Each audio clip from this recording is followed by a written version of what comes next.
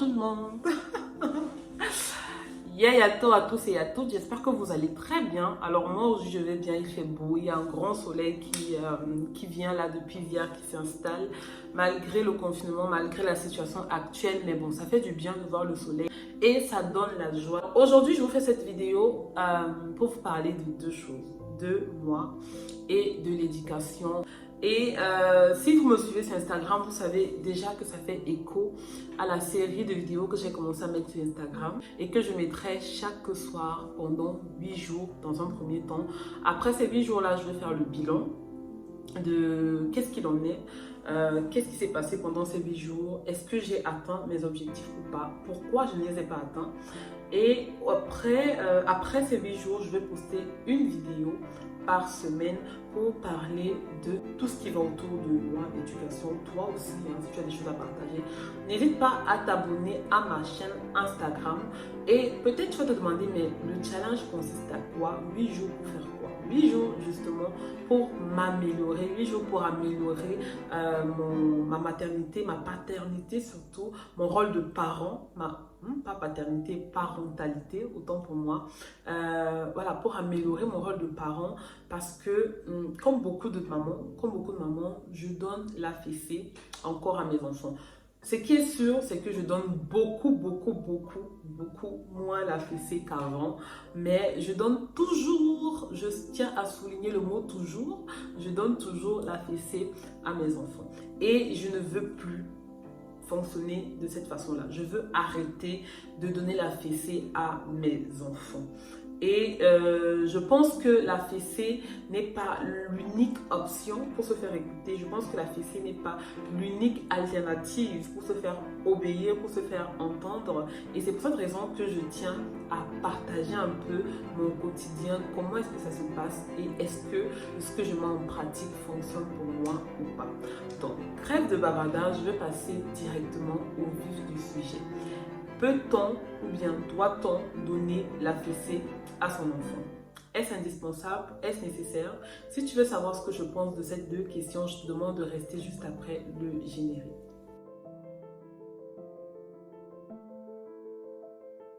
Voilà. Comme tu es resté, je pense que ça veut dire que tu veux savoir ce que je pense et peut-être que toi-même, tu t'es déjà posé la même question que moi. En tant que parent, il arrive d'avoir des phases de haut et des phases de bas. Il arrive de fois de se sentir dépassé par la situation. Il arrive de fois de se sentir désemparé. Ça peut être pour des raisons personnelles, ça peut être pour des situations ponctuelles. Peut-être qu'à ce moment-là, ça ne va pas financièrement, ça ne va pas émotionnellement. Et puis, ça peut se répercuter justement sur les enfants. Et ça peut être tout simplement parce qu'à ce moment-là, on est submergé, on a trop de choses à faire, on a trop de choses à gérer. Donc, du coup, les enfants écopent un tout petit peu de cet état d'esprit-là. Déjà, j'ai posté ma première vidéo IGTV hier et beaucoup de personnes ont réagi en inbox, en message en dessous pour me dire voilà, c'est pas évident, c'est pas facile, bonne chance, du courage.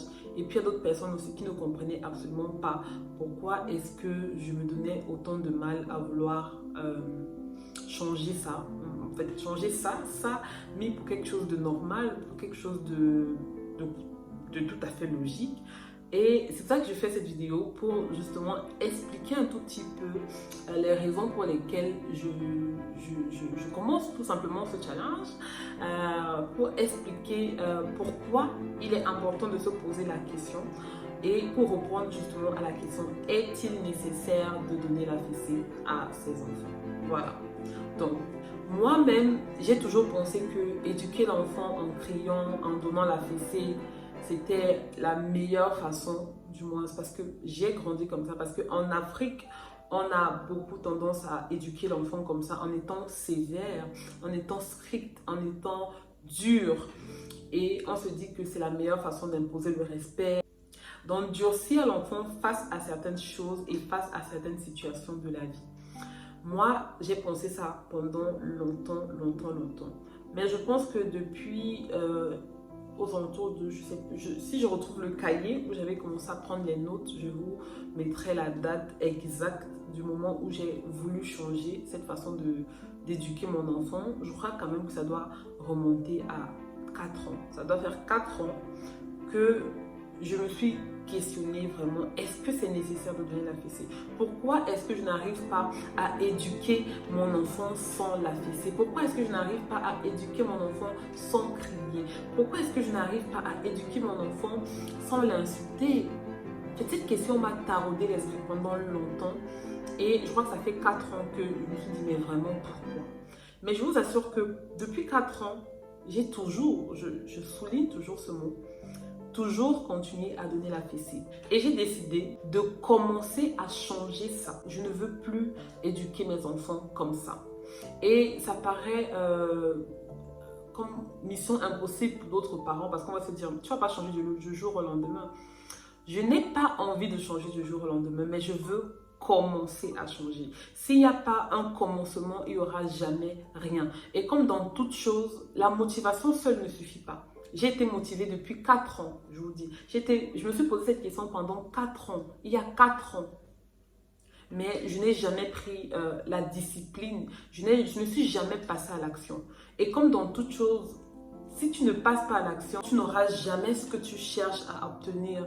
Et autant on s'engage dans la vie pour avoir des choses, autant on s'engage dans notre carrière personnelle, autant on s'engage dans notre carrière professionnelle, autant on s'engage dans notre relation amoureuse, autant on s'engage à notre apparence, autant on doit s'engager dans notre relation parentale, parce qu'il s'agit d'une vie, d'une vie qui est là, qui n'a pas forcément demandé à être là, donc on doit en prendre soin, on doit se poser des questions, on doit revoir notre stratégie, on doit revoir notre plan d'action, on doit chercher à s'améliorer, on doit investir aussi sur notre temps, investir sur notre intellect parental, on doit se cultiver, autant on le fait dans nos passions, autant on le fait dans notre quotidien, autant on doit le faire aussi pour nos enfants. Et c'est pour cette raison que j'ai décidé de faire ce challenge. C'est pour cette raison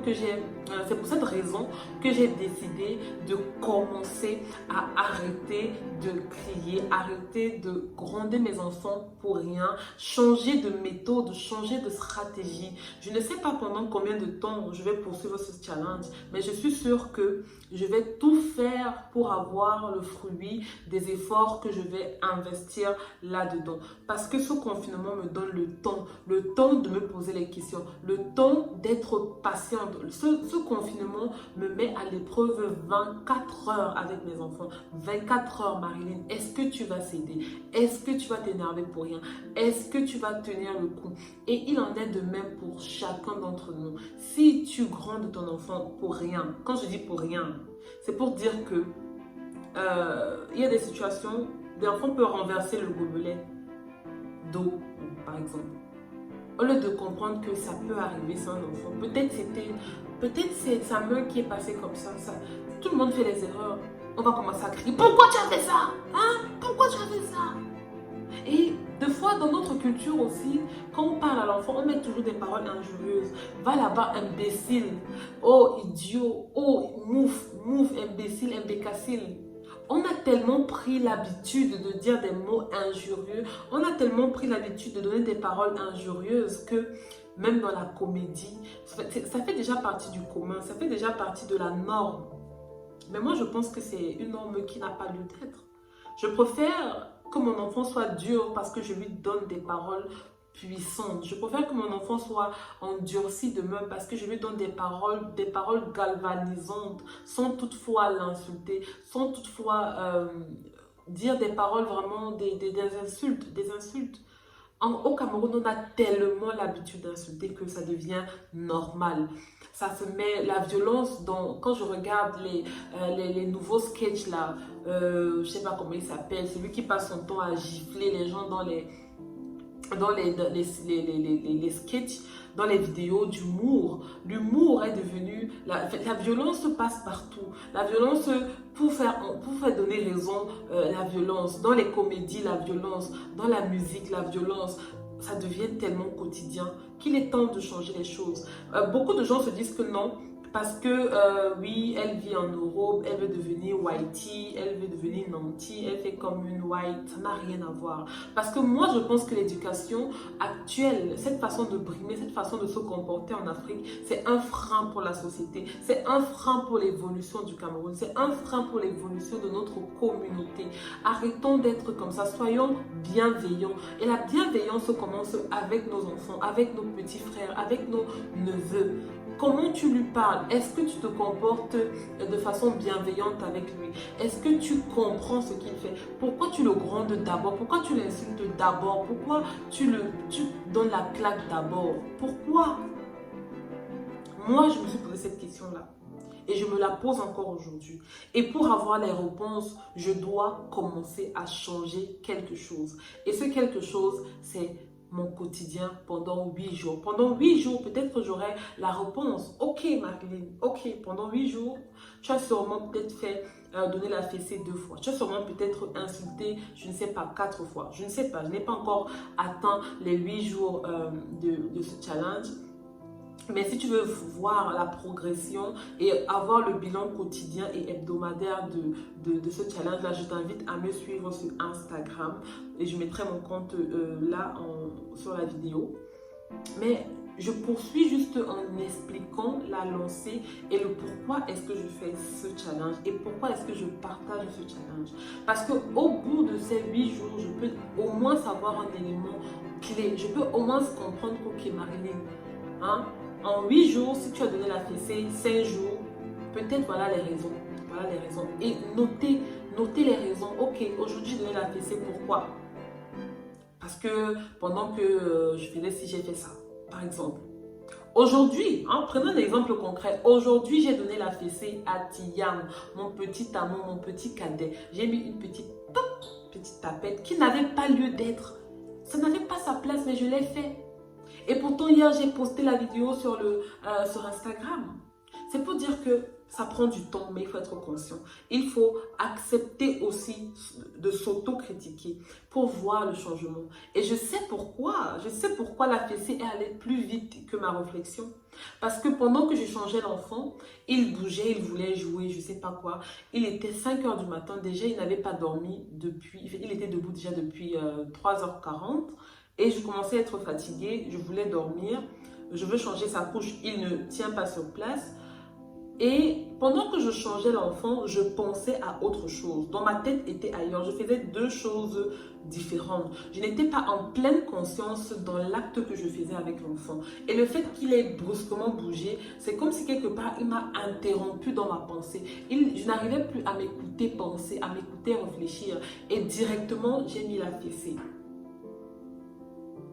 Et en ce moment, puisque je suis en train d'expérimenter ma capacité à me contrôler, je peux dire qu'aujourd'hui, pour que je ne donne plus la fessée au courant de cette journée, au courant de ces prochains jours, quand je change Tiam, je dois être en pleine conscience avec lui. Je dois discuter avec lui. Je ne dois pas être en train de le changer, en train de penser que, ouais, ceci, cela, ceci. Non.